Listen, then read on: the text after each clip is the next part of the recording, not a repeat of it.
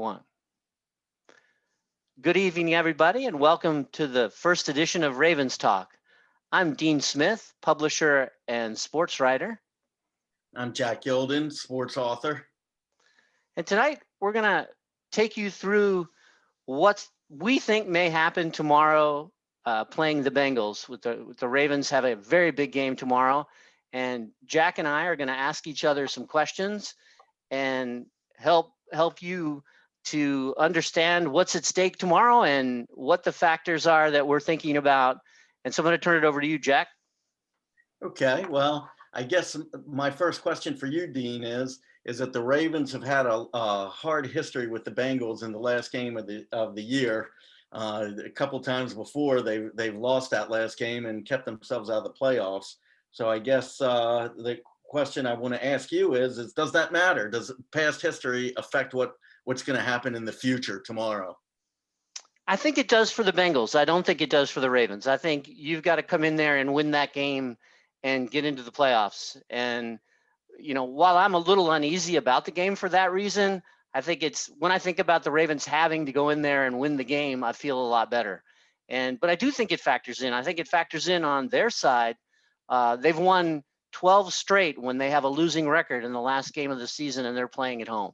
So that gives me some concern. Although 13 could be lucky for us. So I think about all of those sort of intangible things. I know we're looking to make a statement. It feels like that. I had thought before we played Cleveland, we hadn't played our best game of the year, and there's still room for improvement for us to get out there and really kind of play another great game. Yeah, I mean, that was a great stat that you pulled out about the Bengals in the last game of the year, but I do wonder how much of that is attributed to Marvin Lewis, whom we know to be such a superb coach. And now there's a different man in charge there today. So I do wonder how much that matters. And Marvin seemed to always get them, no matter how good or bad they were playing hard to the bitter end with him, I thought. The other thing is what's interesting about this game, there are many things that are.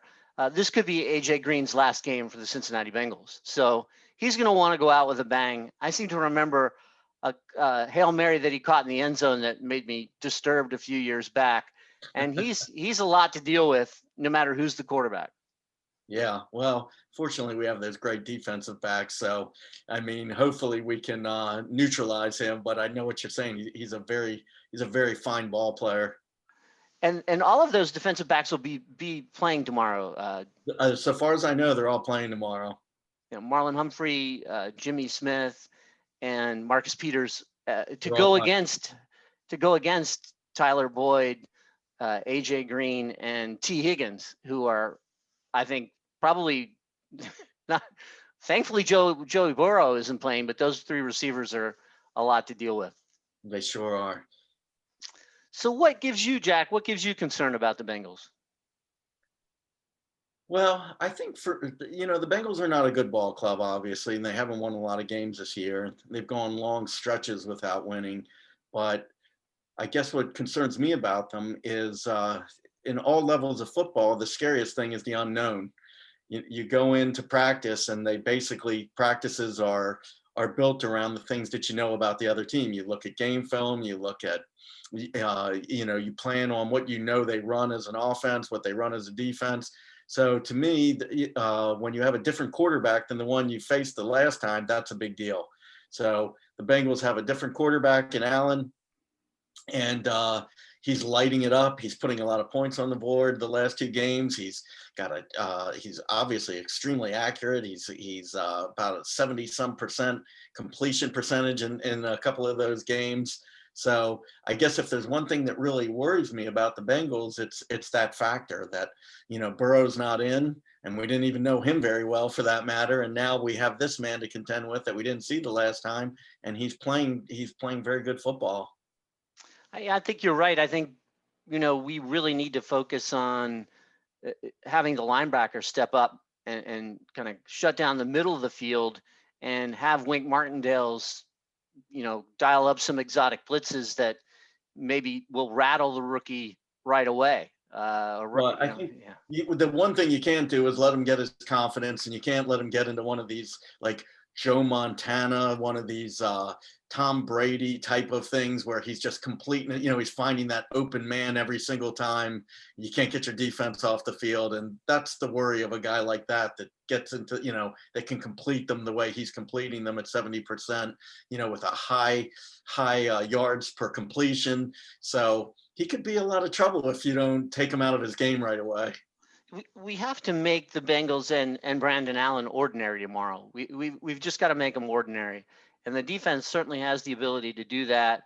Um, I remember a game, last game of the season where Ray Rice got into it with Vontaze Perfect. So there's going to be a lot of emotion on the field tomorrow, and the Ravens have to keep that contained. They've got to not take penalties on defense. They've got to not give the Bengals any breaks at all. Or those big receivers could become a factor. Also, Giovanni Bernard. I mean, he's had a big game against the Steelers, or a better game than he's played in a while, and that also is something to think about.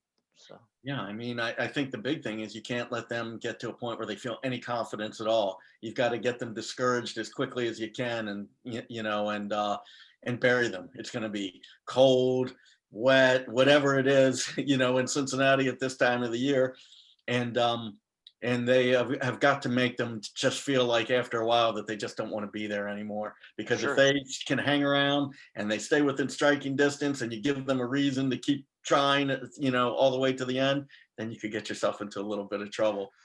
Exactly, and we just can't beat ourselves. I mean, that's when we've not been successful. That's there's 6, 7 penalties and things like that. So we've got to stay within the game plan. Now, let me ask you. I mean, we talked a lot about the new quarterback, Allen, and we're talking about Joe Burrow not being there. So Allen has been playing well. They've won the last 2 games in a row. So my question to you is it an advantage or a disadvantage based on the fact that Joe Burrow will not be there? Obviously, he was the number 1 pick, and he's an unbelievably storied, legendary color. He looked great at times, this year. So what do you think? Is it an advantage or a disadvantage I'm for gonna the Ravens that Joe Burrow is not going to be there? I think I'm going to go with it's an advantage for us because it'll be the second time he's faced us. He'll probably want a little bit of revenge from the first performance. He did pretty well, but there were a couple throws that he'd want back, I think, from that game. I think a guy like Joe Burrow is similar to when you watch Peyton Manning in his first year. The light bulbs were starting to go off. I mean, I think they lost several games by 11 points or something. Some large amount of their losses was only by a total of 11 points. So Yeah. he was starting to figure things out, and I think that means a second time facing a team and learning their coverages and the tendencies of their defensive backs. I think that's an advantage for us, him not being there. Yeah, I mean, I look, and he's an unbelievably good player. Let's face it. Just like you said, he's like Peyton Manning in his first year. I mean, he's going to be a good player. There's no doubt about it. So no matter how well this other young man is playing, I don't think you want to face Joe Burrow anyway. No, not at all. Not with something to prove. As you saw, it was right around this time last year that he won a national championship. So biorhythms are like that with athletes. They're like, hey, here's something big that I can do in my first year, and I'm glad he's not there, to be honest. Yeah, no, you don't want him building, starting the first block of his legend on you and putting you No. out the playoffs and delighting the entire state of Ohio. All right, so Jack, let's go right to the keys to victory. What do you think are essential things for the Ravens to do tomorrow? I mean, I never see it as very complex as a lot of other people do. To me, it's a pretty simple game, and it's just going to be first of all, I think you got to really get after that quarterback, and you have to get him off his rhythm, and you're going to have to harass him. The Ravens have really been rushing the passer well as of late, and I think that's what they're going to need to do tomorrow, and get him out of his game. That's number one. And I think that the second big thing is that the Ravens are going to have to show that they're willing to stick with that running game no matter what happens. I think they really get themselves into trouble when the coaches overthink it and they try to prove to the world that they can pass it when it seems like they should pass it. And I just think that's a loser of a strategy. I mean, you got an unbelievable duo of running backs back there, and a quarterback who's probably better at running the ball than either one of those two. You have a guy, basically Gale Sayers, playing quarterback, and you have Paul Horning and Jim Taylor playing and dual backs behind them. So if it were me, I would run that ball as often as I could until they pack the box up, and I would harass that passer as much as I could on defense. What do you think? No, I think that's a great call because that will, if we can run the ball, that will shorten the game.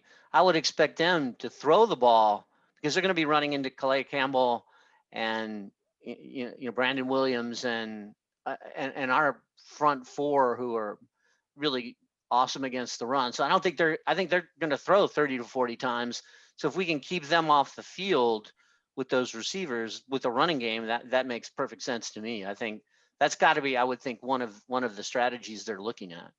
I think too, in these cold weather games, and I know it's maybe not the super bitter cold that we sometimes see in early January, but I think that it's just miserable when those offensive linemen are firing out on you and smashing you on every play, and especially with good backs like that, if they're gobbling up 4 to 6 yards a carry and there's nothing you can do to stop them, plus you're getting beaten up, it's a demoralizer.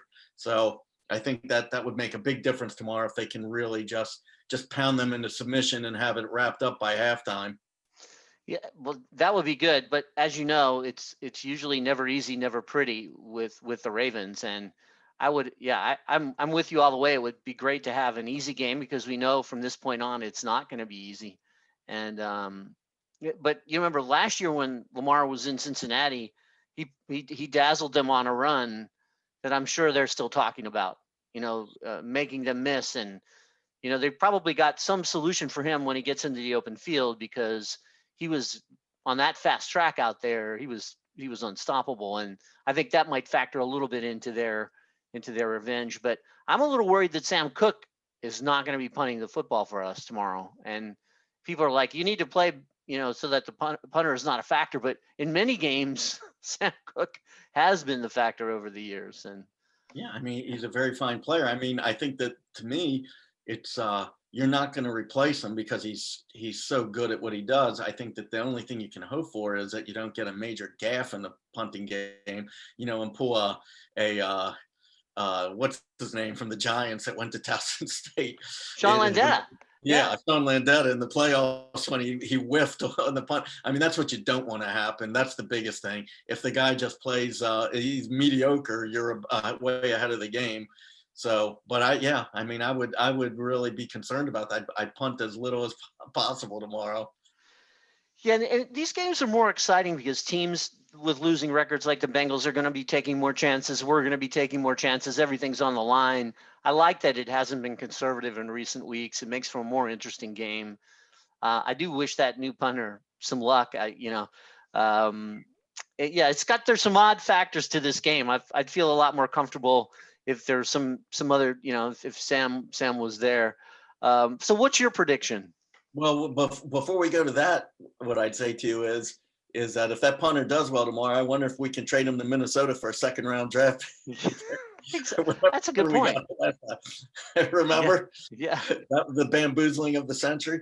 So my prediction for tomorrow, I think that the Ravens are going to take care of their business. I think they're going to go in there. They're going to be focused and they're going to play well. But I think the Ravens are going to win by a wide margin tomorrow and pound them just as we talked about. But I'd say, if the Bengals can hang in there, then you might see the Ravens really tighten up a little bit, because so much is on the line tomorrow. But I think the Ravens are going to win by a wide margin tomorrow. Yeah, I feel as though it could be 31-17, something like that. When they're the superior team, that was a score, close to that against the Cowboys and some other games. But the Bengals will be sky high to begin with, and I think we need to, like you say, just come out and take the air out of the wind out of their sails right away. Because the longer they hang, that's good prediction, 31-17. But I don't know if I see the Bengals getting 17. But it'll be interesting to see. I guess what really concerns me, and this is my final question for you, is The Bengals have won 2 straight now, including they beat the Steelers. And the Steelers, as we know, regardless of what their troubles have been as of late, it's a pretty good football team with a great coach and a Hall of Fame quarterback. So I guess my final question to you is, do the Bengals have momentum? And if they do, is that something that worries you a little bit? Are they coming into the game with some momentum going? Well, I think they have momentum, and they also have that end of season advantage where you're actually playing for your life if you're on a team with a losing record, because changes will be made because things were not successful. So you have nothing to lose. You are playing for your position in the future to try to show somebody something. And this is, almost a one game Super Bowl for them. And if they can do this, they would love nothing more. So I do think they have some momentum, and I think it's important for that to be squelched as soon as possible.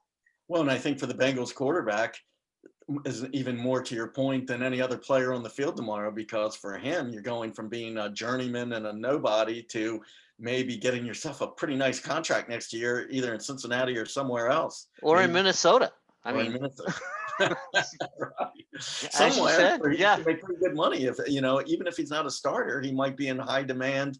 But if he plays well tomorrow and knocks Baltimore out and plays well against that defense, he might be looking at a starting job somewhere. So I don't know. I mean, he will certainly have a lot on the line. Literally have a lot of money on the line by how well he plays tomorrow.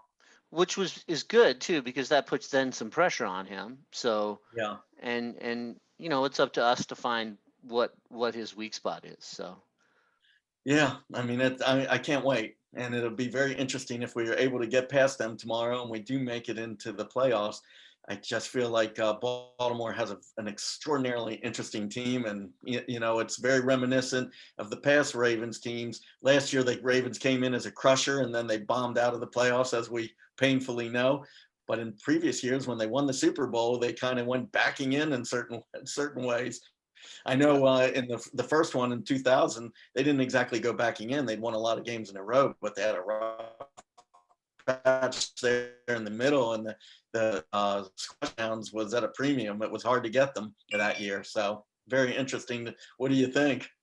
yeah, it feels like another year where there's still work left to be done, and there's mountains that Lamar Jackson still needs to climb, and I think he's very aware of that, and I think they probably feel like they've got a lot more football in them and a lot more to prove, and I you get all you need to do. It's similar to they've tried to turn the NFL into the NCAA basketball March Madness. All you got to do is get into the tournament. I remember Ray Lewis used to say that all the time. As long as we're in the tournament, we've got a shot. We So, got a shot. What did Ray used to say? If we win, we in. all And right, that's Jack, exactly that's the case great. tomorrow. With that, I'm gonna wrap it up and thank you very much. And we'll see you tomorrow. Okay, Dean, it's good seeing you, buddy. Take See you care. soon. Yep. Bye.